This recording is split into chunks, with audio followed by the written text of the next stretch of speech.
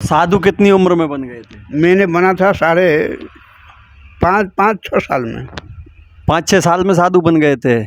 तो साधु बनोगे तो साधना करना पड़ेगा। अब बाबा बनोगे तो मांग के खाना। तो बेटा मांग के खाना है, बाबा बनना तो घर में रहो और मेरे से रोज ना मांगो। साधु बनना तो बेटा साधना करना पड़ेगा। साधनम वित्तहीना बुद्धिवंत सहो उत्तम, व्याकरण सूत्र में भी लिखा हुआ है। मैं जब संत बन गया, लेंगूटी ले लिया, दीक्षा ले लिया, मेरा माताजी 3 दिन के बाद में शरीर पूरा हो गया। बिगर गुरु बिना ज्ञान नहीं होता। गुरु करना जरूर है। गुरु विमुखी हो जाने से वो क्या होता है कि जैसे किसी घर में रखवारी है नहीं, उसी में संपत्ति रख दिया जाए। एक पंथ, एक संत, एक ग्रंथ। जीवन में एक ही गुरु बनाना चाहिए या जरूरत पड़ने पर जितने मर्जी गुरु बनाए जा सकते? नहीं, आपको तो केवल जीवन का कुतार्थ करने के लिए एक गुरु है। कभी ऐसे है गेहूँ कहीं रास्ता में पड़ा है, टोली वाले ले जा रहे, उसको बीन के लाता था, धो लेता था, कूट करके दरिया बना के भिगो भी लगाया। अच्छा। ऐसे कई बार भी हुआ मेरा साथ।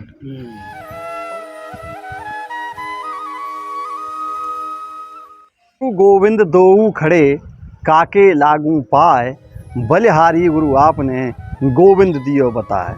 गुरु की महिमा हमारे वेद शास्त्रों में बहुत कही गई है और ब्रज में जितने भी साधु हैं ज़्यादातर सभी किसी न किसी के गुरु या किसी न किसी के शिष्य बने हुए हैं। तो आज हम एक इन साधु से मिलने आए हैं और इनसे गुरु पर हम बातचीत करेंगे, संत के साथ चर्चा करेंगे, गुरु के बारे में, भगवत प्राप्ति के बारे में चर्चा करेंगे। तो आइए हम चलते हैं, दर्शन करते हैं पहले साधु महाराज का, उसके बाद उनसे चर्चा करेंगे।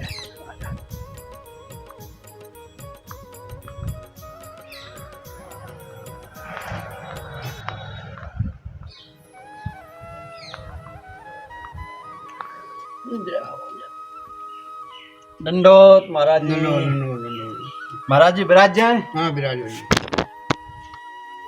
राधे राधे। महाराज जी सबसे पहले हम ये पूछेंगे कि आपका नाम क्या है महाराज जी? मेरा नाम छोटा सा नाम है। छोटे छोटे गैया मैया, छोटो सो ग्वाल, छोटो सो दासानुदास, श्री महंत मदन गोपाल दास। तो बाबा ये इस स्थान पर आपको लगभग आए कितना टाइम हो गया है? कोई मैं तो कम बताऊंगा, कोई 40-45 साल से ज़्यादा होगा, बच्चे कम नहीं होगा। 40-45 साल हो गए आपको। तो महाराज जी ये जो भूमि है ये ब्रज भूमि है, वैसे तो भगवान श्री कृष्ण की भूमि है, जहाँ पर कण कण में बताते हैं कि भगवान कृष्ण लीला करते हैं और पहले लीलाएं की हैं, और आप जिस जगह पर बैठे हैं वो भी भगवान श्री कृष्ण की लीला भूमि है। तो कोई ऐसा अनुभव जो लगता हो कि भगवान ने आपको कोई परिचय दिया हो, कोई साक्षात्कार किया हो, कुछ ऐसा अनुभव आपको हो महाराज जी? कृष्ण भगवान का पूर्ण कृपा मेरा ऊपर है। मथुरा में जमुना किनारे चक्र तीर्थ घाट, अमरीश्वर टीला का पास में चक्र तीर्थ घाट है, जहाँ की चक्र प्रसिद्ध है कृष्ण भगवान अमरीश्वर महाराज को एकादशी का व्रत के लिए दुर्वासा का साथ में जो कॉम्पिटिशन था, उसी घाट में बैठ के मैं कुछ दिन तपस्या किया। जमुना में नहाना, तुलसी 10-5 पौधा लगा करके तुलसी महारानी का सेवा करना और भागवत पढ़ना। कुछ दिन का बाद में कृष्ण भगवान स्वयं मेरे से कहते स्वप्न द्वारा, रात को विश्राम कर रहा हूँ, 12-1 की 2 बज रहा है, और कृष्ण मेरे से कहते बोले देखो बाबा, आप यहाँ पे जो तुलसी सेवा कर रहे, यहाँ पे जो भागवत पढ़ रहे, आप जमुना में नहा धो के बहुत बढ़िया काम कर रहे, परंतु मेरा चरणार बिंदु एक नंदेश्वर पर्वत का ऊपर में है, वो चरण खाली पड़ा है, ना कोई पूजा हो रहा, ना कोई सेवा हो रहा, ना कोई अर्चना, ना वंदना, ना भोग भी नहीं लगाते। और वो चरण को जा कर के आप सेवा पूजा करो। जो मधुकुरी यहाँ भोग लगाते, दाल चावल खिचड़ी बना के गिर्रा शिला आप रखे हैं, तो गिर्रा शिला को लेकर के आप जाइए, मेरा चरण का पास में बगल में हुई विराजमान कराओ, और वो भोग तो मेरा साथ में मेरे से वही भोग लगाओ और सेवा संभालो आप, मैं आपका प्रति प्रसन्न हूँ। तो मैंने एक बार सोचा, जब भाई स्वप्न तो होता रहता, सो जाओ। फिर सो गया। दूसरी बार फिर क्या, बोले बाबा आप सुनते नहीं। मैंने फिर उठ के बैठ गया। मैं सोचा दोबारा फिर सपना कैसे हुआ भाई। चलो फिर आलस्य आ गया मेरा शरीर में। फिर मैंने फिर विश्राम किया। तीसरी बार में मेरा दाहिने वाले हाथ को यहाँ बाहु पकड़ लिए और कहने लगी, बोले बाबा आप मेरा बात को नहीं सुनते। मैं तुम्हारी हाथ पकड़ के कह रहा हूँ, नंदेश्वर पर्वत का ऊपर मेरा बाएं चरण दाहिने पैर का अंगूठा लाठी का निशानी वही विराजमान है।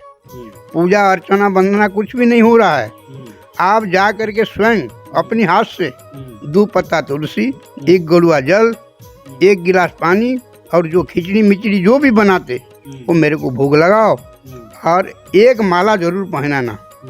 फूल का हो, पत्ता का हो, कैसे भी हो, आपका मन में जो भी है। मेरा नाम वन बिहारी है, मैं वन में रहने वाले हूँ, तो मैं आपको प्रसन्न हूँ, आप जल्दी से जल्दी आओ। तीसरी बार जब हो गया, मेरा आत्मा भीतर से तड़पड़ाया। मैंने कहा ना जाने प्रभु कृपा मेरा ऊपर है, हो सकता द्वापर युग का कली युग में जब भी मेरा प्रति कृपा है, ये मेरा माता पिता का धन्य है और धन्य ब्रजमंडल का है। ये ब्रज का रज का मेरा प्रति इतनी बड़ी कृपा है, जिस स्वयं गोविंद जी का चरण, कृष्ण का चरण नंदगाम का अंदर में मेरा प्रति प्रसन्न है प्रभु। तो मैं अभी तुरंत चलता हूँ। मैं रात को 3 बजे वहीं से चलना चालू हो गया। यहाँ मैं दिन का 3:30-4 बजे तक यहाँ आया। यहाँ आके देखा, खोज लगाया तो पहला नंबर मेरे को गणेश जी दर्शन दिए। उसका बाद में और आगे आए तो मेरे को चरण गंगा दर्शन हुआ। उससे और थोड़ा आगे आए, एक हनुमान जी दर्शन दिए। उससे आगे आए, जब भी टीला का ऊपर देखा तो चरण का दर्शन पूरा मिला। जब चरण का दर्शन मिल गया तो चरण से मैंने ये कहा, बोले प्रभु जी मैं आपको नछावर हो गया और मेरा पास में जो भी है तन मन धन मैं आपको समर्पण करता हूँ। आप मेरे को हाथ पकड़ के लाए तो प्रभु मैं आपको छोड़ के कहीं नहीं जाऊँगा। तो इसी दिन से मैं नंदगाम का अंदर में आए, नंदगाम छोड़ के कहीं नहीं जाता हूँ। कृष्ण का चरण का सेवा में नियुक्ति रहता हूँ। और कृष्ण का जो गौ है, अभी भी मेरा पास में 1 गौ था, 1 गौ से अनेक गौ हो गया, अभी बरकरार 10 गौ भी रहते, उसी को भी सेवा करता हूँ, गोविंद जी का भी सेवा करता हूँ। और जो चला चाटी परिकर आते रहते, कोई रहता है कोई नहीं रहता है। जो कोई काऊ को 20 साल हो गया, काऊ को 25 साल भी हो गया है, सेवा हमारा साथ में लगी रहते करते हैं। मैं किसी को दुख देने के लिए नहीं, सबको सुख, सर्वे भवनु सुखिना। संसार में जो भी जीव है, ब्रजवासी को तो आर में ब्रजवासी सदा वल्लभ मेरा जीवन प्राण, ये नंद बाबा को भी कह रखा कृष्ण भगवान। इनको तो एक पल भर के लिए दुख देने के लिए मेरा इच्छा नहीं है। वो कभी कभी कोई बिगड़ जाते, जब भी तो बनी को बिगाड़ते, नंदेश्वर पर्वत को बिगाड़ते। जब मैंने कोई कह भी देता हूँ, बोले भैया ऐसे मत करो, ये हमारे सनातन धर्म का है, इसको सुरक्षा रखो। ये बार बार ये कहता हूँ, ये प्रभु कृपा है और महापुरुष का कृपा है और ब्रजवासी का भी कृपा मेरा प्रति है। जब ये चरण मेले को मिला हुआ है, चरण का सेवा अभी भी चल रहा है और जब तक जिंदे रहेंगी तब तक चलते रहेगा। और आप लोग का आशीर्वाद से प्रभु का थोड़ा श्रृंगार सजिए, श्रृंगार और उन्नति हो जाए, मंदिर का उन्नति होए, मंदिर का थोड़ा बढ़ाव होए। मंदिर की उन्नति कैसे, क्या क्या चाहते हो मंदिर में? मंदिर में ये चाहते प्रभु का थोड़ा, ये जो जैसे अधूरा काम कुछ है इसको पूरा हो जाए। क्या है अधूरा काम महाराज जी? अधूरा काम ये है, इनका चारों बगल का थोड़ा सुरक्षा बाउंड्री हो जाए, चरण गंगा का जीर्णोद्धार हो जाए, सीढ़ी बन जाए, घाट बन जाए, एक गेट भी लग जाए और गौ माता का सेवा बरकरार चले, गोविंद जी का सेवा। महाराज जी आपको आए बता रहे हैं 45 साल हो गए, तो कितने वर्ष की उम्र में आप यहाँ आ गए थे? मेरा कोई ऐसे उम्र होगा लगभग कोई 15-16 साल का होगा। और साधु कितनी उम्र में बन गए थे? मैंने बना था 5.5-6 साल में। 5-6 साल में साधु बन गए थे। तो अगर आप उचित समझें तो हमें बता सकते हैं कि क्यों साधु बने, क्या कारण था? भगवान की भक्ति करनी थी या कोई और कारण था? ये मेरा जन्म से, मैं जब ये बच्चा था, मेरा मैया से मैं कहता था, बोले मैया मैं तो बाबा बन जाऊं। तो मैया कहते थे, बोले बेटा बाबा नहीं बनना, आप साधु अगर बनना है तो मेरा जो गर्भ से फल पैदा हुआ है, आप साधु बनोगे तो साधना करना पड़ेगा, अब बाबा बनोगे तो मांग के खाना। तो बेटा मांग के खाना है, बाबा बनना तो घर में रहो और मेरे से रोज ना मांगो। साधु बनना तो बेटा साधना करना पड़ेगा। साधनम वित्तहीना बुद्धिवंत सहो उत्तम, व्याकरण सूत्र में भी लिखा हुआ है। अगर साधु बनना तो बेटा साधन करना पड़ेगा, और साधु बनने से हाथ को नीचे करना नहीं पड़ेगा, हाथ को ऊपर रखना पड़ेगा, किसी को भी देना ही पड़ेगा, उसका नाम है साधु। और बाबा जी तो बेटा जगह जगह में यहाँ बजी वहाँ मांगा वहीं खाया, ऐसे नहीं। साधु बनना है तो गोविंद जी का चरण को जरूर सेवा करना। साधु बनना तो स्वाद नहीं लेना है। तो मेरा माता का जो बात को मैंने हृदय में रखता था, और जब भी ब्रज में आया, मेरा एक गुरु भाई था, मेरा गुरु महाराज जी थे श्री 1108 श्री करुणाकर दास महाराज जी, और मेरा दादा गुरु जो है नंदगाम कुंजकुटी नित्यानंद दास महाराज जी, 4 संप्रदाय का महंत थे। उनका कृपा से उनको मैंने दर्शन किया। जब भी वो कहते थे, बोले देखो भाई साधना करना पड़ेगा, साधु नाम साधना, साधना करोगे तो गोविंद जी का चरण जरूर मिलेगा। मेरा दादा गुरु को भी चरण पहाड़ी का विषय में पता नहीं था। मैं उनका नाती तेरा जरूर हूँ, परंतु चरण पहाड़ी का विषय में प्रभु का कृपा मेरा ऊपर हुआ। तो चरण को आकर के मैंने सेवा पूजा अर्चना वंदना किया। तो इसलिए साधु में बाबा जी में बहुत फर्क है। ये माता मेरा पहला नंबर गुरु है, माता पिता। उनका घर से मेरे को ट्रेनिंग देते थे बच्चापन से, बोले बेटा साधु बनना तो घर छोड़ के जाना, बाबा बनना तो घर नहीं छोड़ना, घर में रहना। तो मेरा इच्छा था, जो माता पिता से मैं कहता था, बोले माता पिता को दर्शन किया, उनका चरण धोए, उनका चरण रज पा करके, चरणामृत पा के जब मैंने परिक्रमा दे के जब विदा लिया, तो मेरा माता जी रोए, बोले बेटा सत्कर्म में लागना, और सच्चिदानंद जो गोविंद भगवान है उनका चरण को जरूर प्राप्ति करना। तो माता जी मेरे को ये नहीं बताए थे, ये नंदेश्वर पर्वत में नंद का लाला का चरण चिन्ह है, परंतु ये जरूर कहते जे गोविंद जी का चरण को जरूर प्राप्ति करना। तो उनका जो वाणी है सत्य है, और प्रभु मेरे को कृपा करके बुला के ला, कोई माता पिता तुम्हें वो, माता सो पिता तुम्हें वो, जो गोविंद जी को हम ध्यान धरते उसी बात सत्य निकला, और गोविंद जी का चरण ही मेरे को प्राप्ति हुआ। कहाँ द्वापर युग का चरण, कहाँ कली युग में। तो महाराज जी, इस बीच माता जी से या आपके परिवार के और जो सदस्य हैं उनसे कोई संपर्क हुआ क्या? वो यहाँ आई, किस तरह का उनका पहली बार जब उन्होंने सुना होगा कि बेटा साधु बन गया है, तो किस तरह का व्यवहार रहा उनका? मैं जब संत बन गया, लेंगूटी ले लिया, दीक्षा ले लिया, मेरा माता जी 3 दिन का बाद में शरीर पूरा हो गया। अच्छा। माता जी से मेरा और मुलाकात दोबारा नहीं हुआ। सब कहे बोले माता जी से मिलो। 3 दिन का बाद में मैं क्या मिलने जाऊँगा, दुनिया कहने लगी बोले तुम्हारी माता जी का शरीर पूरा हो गया। तो मेरा माता जी को और दर्शन करने नहीं गया, शरीर तो पूरा हो गया, मैं सन्यासी ले लिया। जब मैंने सीधे जमुना किनारे आकर के भजन करने लग गया। और संत लोग कहते थे, बोले भैया बाल अवस्था में किसी संत का नीचे रह करके भजन करो, आप तीव्र गति वैराग्य से क्यों भजन कर रहे? वो बोली देखो बाल अवस्था में प्रहलाद जी भी किया, ध्रुव भी किया, अगर मैं भी करूँगा तो प्रभु का कुछ ना कुछ कृपा होगा। उसी वाणी को लेकर के और उसी अवस्था में मैंने जमुना किनारे रज लगाना है और जमुना में नहाना, तुलसी सेवा, भागवत पढ़ना। मेरा गुरुजी मेरे को पहले से पढ़ाते थे, बोले बेटे छोटे अवस्था में अपनी भाषा में भागवत पढ़ो। तो भागवत पढ़ते पढ़ते प्रभु का ऐसे हो गया, ये भागवत का 2-4 श्लोक में अभी भी ऐसे मुखस्थ रखता हूँ।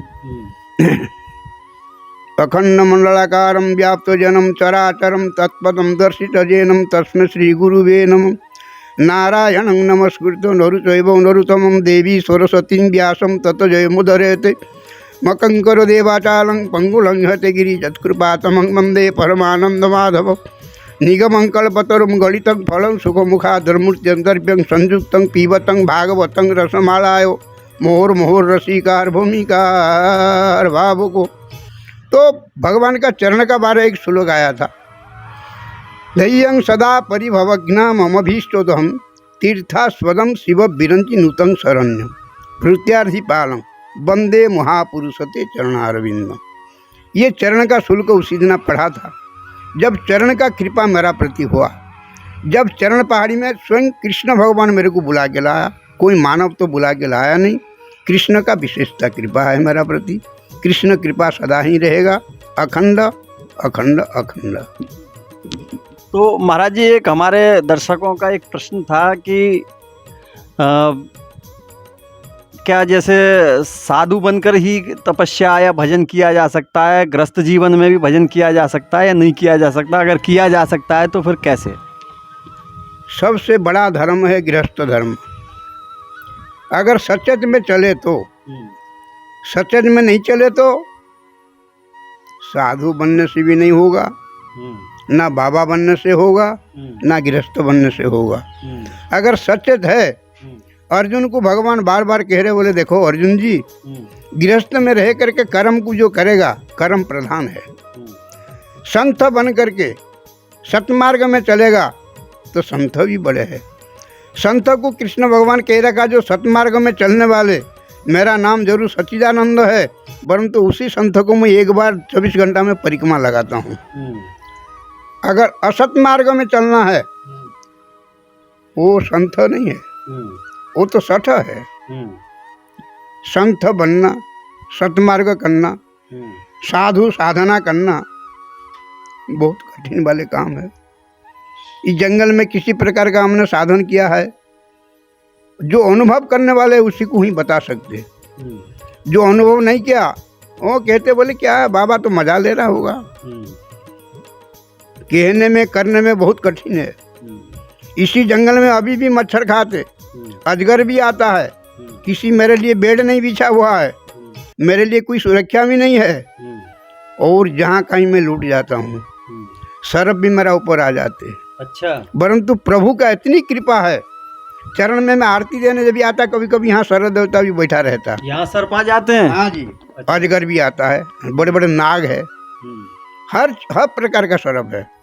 परंतु सर्व लोग से मैं बतलाता हूँ, कहता हूँ हे प्रभु, तुम्हारी ऊपर भी कृष्ण का चरण चिन्ह है।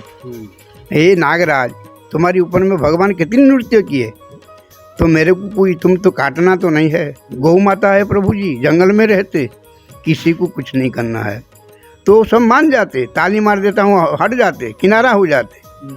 अभी भी इस जंगल का अंदर में कोई व्यवस्था, किसी घर कमरा में ताला चाबी नहीं है। महाराज जी, प्रश्न रह गया कि गृहस्थ जीवन में भी जो है भजन तपस्या की जा सकती है कि नहीं? गृहस्थ जीवन में भी भजन होगा, निछंदबाजी होना पड़ेगा।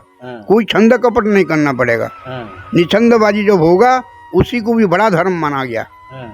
संत में भी निष्कपट भाव से जो भजन करेगा वही संत है और वही साधु है, साधना करके अपनी।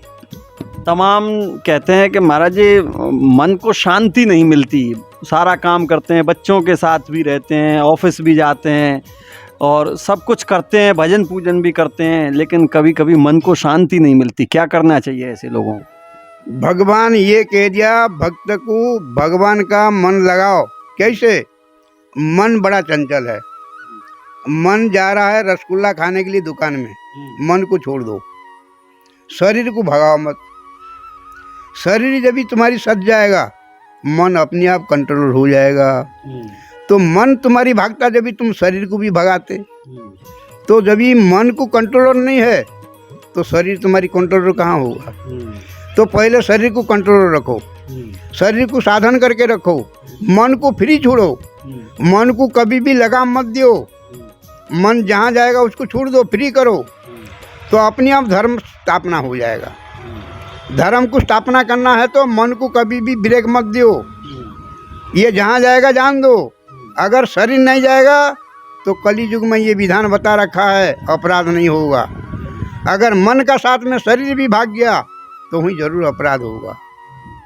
इसलिए मन को छोड़ दो, शरीर को कंट्रोल रखो।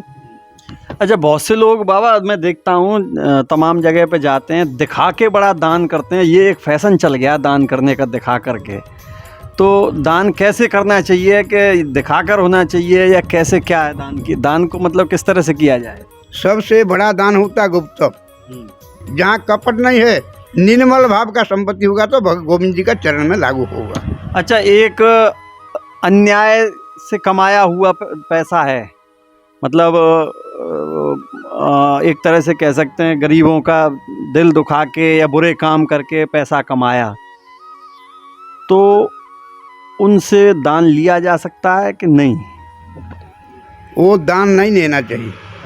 गरीब का जो आत्मा को सता हुआ है वो दान लेने वाले भी नरक भोगेगा और देने वाले तो जो भोगेगा भोगेगा।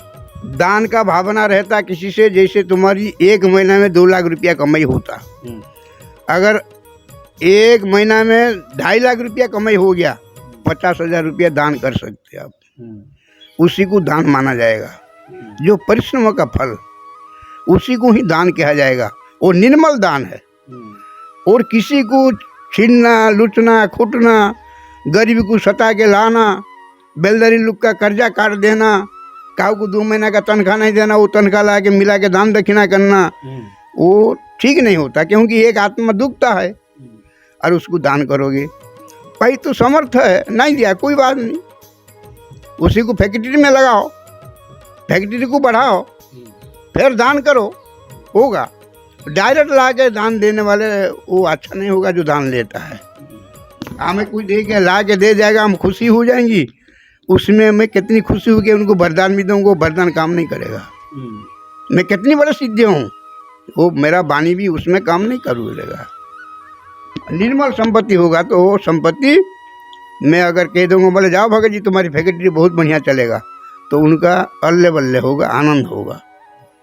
अच्छा, साधु से चर्चा तो बहुत लंबी होती है, उनसे तो कभी ख़त्म नहीं होंगे, तो हम बहुत लंबी वीडियो हो जाएगी। तो महाराज जी अंत में एक बात पूछना चाहते हैं, तो जब भजन के लिए भगवान की कृपा प्राप्त करने के लिए क्या गुरु का होना जरूरी है?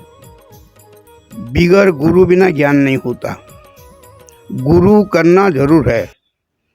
गुरु विमुखी हो जाने से वो क्या होता है कि जैसे किसी घर में रखवारी है नहीं, उसी में संपत्ति रख दिया जाए, वो घर का कोई रखवारी है नहीं, वो संपत्ति क्या होगा, मन इच्छा जो पाई तो ले जाएगा। तो इसलिए भजन जो करा जाता, गुरु जो है रास्ता बताने वाले, क्यों रास्ता हमको तो पता है नहीं, अगर गुरु को पता है, गुरु रास्ता बता रहा है, इसलिए गुरु करना जरूर है। एक पंथ, एक संथ, एक ग्रंथ, किसी भी ग्रंथ को, एक ग्रंथ को मानो, किसी भी एक पंथ में दीक्षित हो जाओ। 4 संप्रदाय, चारों संप्रदाय में गैया का जैसे 4 थन है, दूध चारों में निकलेगा। किसी पंथ में भी आप दीक्षित हो जाओगे, वही सनातन धर्म हो गया। सनातन धर्म में दीक्षित होना जरूर है। और मंत्र लेकर के जो भी हम क्रिया करेंगी वो प्रभु जरूर सुनेंगी। हमारी पिंडों को शुद्धि होता, शुद्धिकरण बोलते हैं उसको। पिंड शुद्धि हो गया, गुरु कर लिया, तो धरती को जैसे जुताई बुबाई होकर के बीज डालेंगे तो उसमें फसल दिएगा। बिगर जुताई में बीज डाल देंगे तो फसल नहीं होगा। तो गुरु जो होता है वो जुताई करता है, शरीर को पवित्रता करता है। गुरु और शिष्य कैसे कैसे होने चाहिए? गुरु को कैसा होना चाहिए, शिष्य को कैसा होना चाहिए? गुरु शिष्य जैसे कि गैया और लबारो, मतलब गाय की जो संतान होती है, बछड़ा या बछिया, चाहे बच्चा की बछड़ा हो, जिसी प्रकार का जैसे लो लागी रहता, इसी प्रकार का गुरु और शिष्य का ऐसे होना चाहिए। ये धर्म का नाता कभी नहीं टूटना चाहिए। संपत्ति में किसी प्रकार में गुरु चेला का मुख मालिन हो जाना, ये होना, ये ठीक नहीं है। ये अधपतन गति है, गुरु अपराध हो जाता। और अगर शिष्य का अपराध भी होता, खाली एक तरफ का नहीं होता। अगर चेला संपत्ति दे रहा, गुरु खुशी है, नहीं दिया तो खुशी नहीं है, ये बात नहीं है। जब ये एक बार गुरु शिष्य हो गया तो गैया का वही दृष्टांत दे दिया, भाई गैया लात में मारे तो लबारो जाएगा जरूर, और दूध पिलाएगा फिर जरूर वो। तो गुरु जो होता है कुछ भी कहे भी दिया तो चेला का कर्तव्य है शरणापन्न होना, गुरु से बार बार फिर पूछना, फिर वही प्रकार का प्रेम रखना चाहिए। तो जीवन में एक ही गुरु बनाना चाहिए या जरूरत पड़ने पर जितने मर्जी गुरु बनाए जा सकते? नहीं, आपको तो केवल जीवन का कृतार्थ करने के लिए एक गुरु है। उपार्जन करने के लिए, कलाकार सीखने के लिए कई गुरु बना सकते हैं आप। अच्छा, जैसे कहीं कलाकार सीखना है, दंड बैठक कुश्ती खींचना है, वो भाई कलाकार का गुरु है। बाजा सीखना है, संगीत, वो संगीत का गुरु है। तो इसलिए गुरु अवधूत तो 24 गुरु बनाए थे, परंतु हमको हमारी पिंड को काया शुद्ध करने के लिए मंत्र लेना है कि गुरु से शिक्षा सीखो। तो संगीत विद्या है, भागवत विद्या है, कितनी भी कुछ भी सीखो, वो भी गुरु है। स्कूल में पढ़ रहे वो भी हमारी विद्या गुरु है, ट्यूशन पढ़ रहे वो भी हमारी गुरु है, माता पिता भी हमारी पहला नंबर गुरु है, और हमारे घर में जो गैया रहता है वो भी हमारी गुरु गौ माता है, और हमारे घर में जो माता जी जन्म देते वो भी हमारी पहला नंबर गुरु है, और पिताजी भी गुरु है, बड़े भ्राता भी गुरु तुल्य है। ऐसे तो गुरु सब बहुत है, परंतु जो मंत्र देता वो आध्यात्मिक गुरु केवल एक होना चाहिए। अच्छा महाराज जी, आप कितने 40 साल से बता रहे हैं, 40 साल से इधर रह रहे हैं, तो 40-45 साल से, तो आपका जो जीवन जीने के लिए भोजन की आवश्यकता तो होती है, तो किस तरह से अपना गुजारा करते हैं आप? जैसे इसी प्रकार होता है। जैसे पत्रकार जी आप मेरा जानकारी है, तो क्या करते, बाबा तो कहीं मांगने नहीं जाते, कभी दाल चावल आज भी आप भी भेज देते, और कोई जानकारी भक्त कोई बल्लभगढ़ कोई फरीदाबाद से कभी आया कोई 5 किलो चावल दे दिया, कभी कोई आया 2 किलो दाल दे दिया, कभी कोई आया जब लॉकडाउन था जैसे कोई कितनी भक्त बांटने लगी, कोई भक्त ला करके तेल दे देता था, कोई जीरा मसाला भेज देता था। उसी प्रकार का अभी भी गुजर बसर चल रहा है। मतलब भक्तों के उससे ही आपका गुजर बसर? अभी ऐसे भी चल रहा है, भक्त लोग सीधा देते, मैं तो पका हुआ भोजन नहीं लेता हूँ। अच्छा, सीधा जो देते उसी को बनाता हूँ, भोग लगाता हूँ। मतलब सूखा राशन? सूखा राशन। अच्छा। और पहले जब कोई साधन नहीं था, कभी ऐसे है गेहूँ कहीं रास्ता में पड़ा है, टोली वाले ले जा रहे, उसको बीन के लाता था, धो लेता था, कूट करके दरिया बना के भूख लगाया। अच्छा। ऐसे कई बार भी हुआ मेरा साथ। और अभी धीरे धीरे सब भक्त लोग को जानकारी हो रहा है, कोई भक्त ला करके जरूर सूखा सामान दे देते, उसी को गौ माता का भी सेवा हो रहा है, अभ्यागति का भी सेवा हो जाए जो भी थोड़ा बहुत, और गोविंद जी को भोग तो जरूर लगता है। तो आप अपना पेट तो चलो कोई ऐसे भर लेते हैं, लेकिन आपने बताया कि 10 गाय रखी हुई हैं, तो उनका भरण पोषण किस तरह होता है? उसी का भरण पोषण उसी प्रकार का होता। यहाँ जो भी यात्री आते दर्शन करने, कोई 20 रुपया चढ़ाया तो 20 यात्री आया तो 20-20 रुपया चढ़ाया, उससे कुछ आटा भी मंगा लेता हूँ गौ के लिए, और कुछ गोविंद जी के लिए भी उससे राम रस हल्दी जीरा मसाला नहीं होगा उससे भी मंगा लेता हूँ। अच्छा। उसी से गोविंद जी का भी भोग लग जाए और गौ माता की भी सेवा हो जाता। बहुत बहुत धन्यवाद महाराज जी, आपने बहुत सारी हमारी जिज्ञासाओं के उत्तर दिए, और वीडियो आपसे मन तो नहीं कर रहा है कि हटें, क्योंकि बात ही ऐसी चले, लेकिन वीडियो बहुत लंबी हो जाएगी, तो हमें वीडियो को यहीं विश्राम देना पड़ेगा। बहुत बहुत धन्यवाद।